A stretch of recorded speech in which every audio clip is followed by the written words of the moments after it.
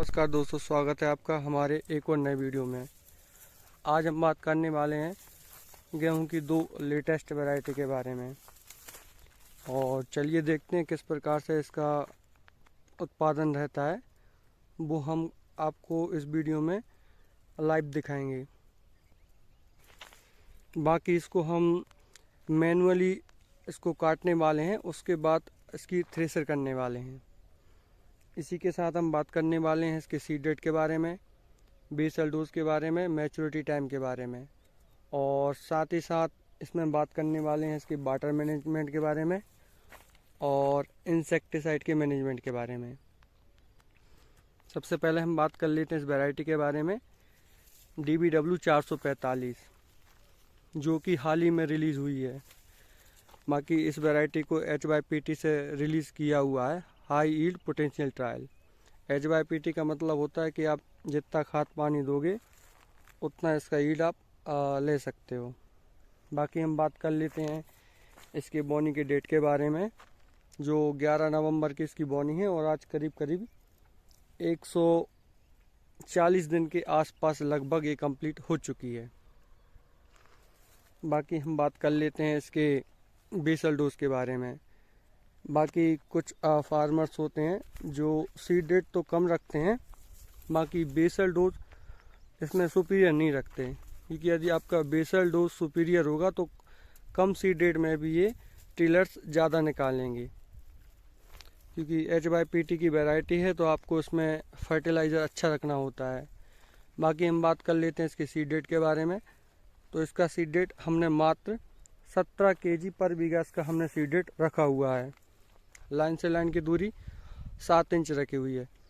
इसमें इससे पहले हम वीडियो में बात कर चुके हैं किस प्रकार से हमने खेत की तैयारी की थी और किस प्रकार से हमने इसका बेसल डोज रखा था।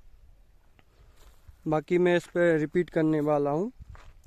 इसमें खेत तैयारी करने से पहले इस पर हमने गहरा पंजा लगवाया था। उसके बाद एक बोरी SSP जो ग्रेन्युअल फॉर्म में आता है ग्रो प्लस का, वो हमने एक बोरी 5 बीघा के हिसाब से ब्रॉडकास्टिंग कराया था। उसके बाद हमने इसमें रोटावेटर किया था। इसके बाद हमने सीड ड्रिल से इसकी बिजाई की थी। तो इसमें हमने NPK 14-35-14 जो कोरोमंडल का आता है वो हमने 75 किलो एकड़ रखा हुआ था। इसी के साथ 10 किलो वेंटोनाइट सल्फर, साथ ही साथ 1 kilo boron, 1 kilo humic acid, और इसी के साथ EDTA जिंक जो हमने 1 किलो पर एकड़ रखा हुआ था। बाकी ये हमने बेसल डोज रखा था, क्योंकि बेसल डोज यदि आपका अच्छा होगा तो इसके टिलर्स अच्छे निकलेंगे। यदि आपका बेसल डोज अच्छा नहीं होगा और आपने कम सीड रेट रखा तो फिर इसके टिलर्स उतने अच्छे नहीं निकल पाएंगे और उत्पादन पे इस पे असर आएगा। बाकी देखते हैं इसका उत्पादन किस प्रकार से रहता है। बाकी ये जो आप स्क्रीन पर देख पा रहे हो, ये हमने 1.5 एकड़ में लगाया हुआ है, लगभग 3 बीघा में, और हमारे क्षेत्र में 22,500 प्लस स्क्वायर फीट का 1 बीघा होता है।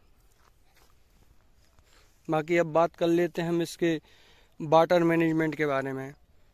इसमें हमने 3 फ्लैट एरीगेशन किए हैं और एक स्प्रिंकलर के द्वारा किया हुआ है। बाकी हम बात कर लेते हैं इसमें इंसेक्टिसाइड के बारे में। तो पहला स्प्रे इसमें हमने हर्बिसाइड का लिया था, जिसमें हमने UPL का वेस्टा लिया था 160 ग्राम पर एकड़। सेकेंड स्प्रे इसमें हमने लियोसिन के साथ FMC का कोरोजन और साथ ही साथ नेटिवो फंगिसाइड, जिसमें यदि हम बात करें लियोसिन की, इसका डोज हमने मात्र 250 ml पर एकड़ रखा हुआ था, और कोरोजन का जो डोज 50 ml पर एकड़, नेटिवो का 120 ग्राम पर एकड़ इसका हमने डोज रखा हुआ था।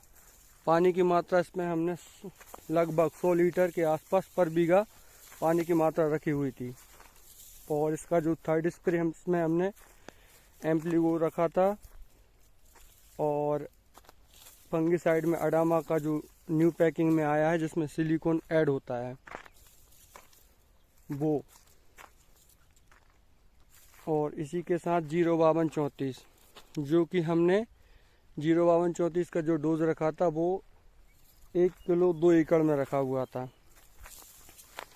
बाकी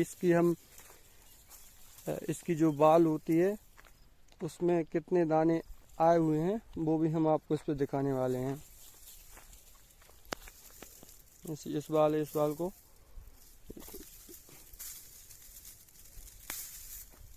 बाकी बात कर लेते हैं हम इस पे एक और अनदर्स वैरायटी जो कि PBW 906 है, जो आप देख पा रहे हो। ये 2 एकड़ में हमने लगाई हुई है। बाकी इसका भी हमने same dose, same irrigation, same insecticide रखा हुआ है। बस इसमें जो हमने सीडेट है वो इसका 20 किलो पर बीघा इसका हमने सीडेट रखा हुआ है, और एकड़ में बात करेंगे तो 40 किलो एकड़ इसका हमने सीडेट रखा हुआ है। बाकी एक इसके भी अब दाने काउंट कर लेते हैं। PBW 906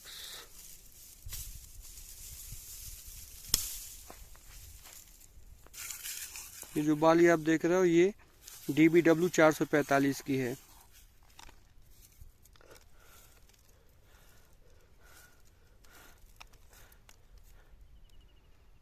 काउंट करो। बाकी इसकी ग्रैंड क्वालिटी मेल है, थोड़ी उतनी ठीक नहीं है। काउंट करो।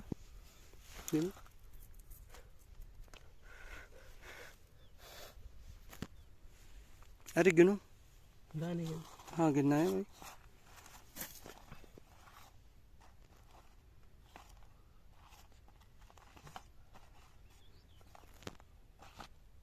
एक,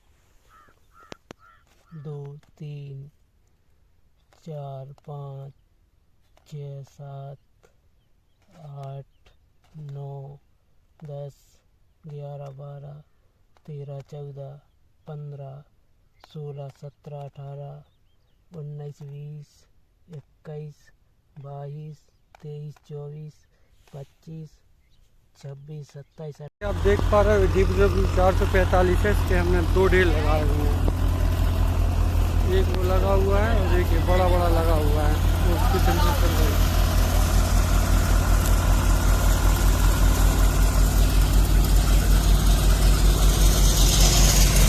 ये भी स्टार्ट हुआ है लगना।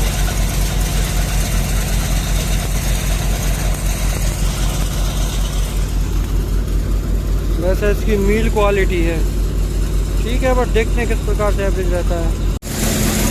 250 लगी हुई है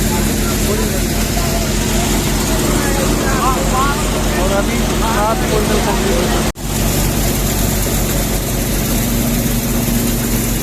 जैसा कि देख पा रहे हो सेकेंड 85 निकल रही है और पहली 85 में 19+ क्विंटल निकल चुके हैं। जैसा कि देख पा रहा हूँ ये 38 पूरा कंप्लीट भर चुके हैं इसमें, और 100 प्लस के भी होंगे। लगभग 40 क्विंटल के आसपास इसमें 3 बीघा में इसमें इसका एवरेज रहा है। 1 2 ढेर देख पा रहे हो आप।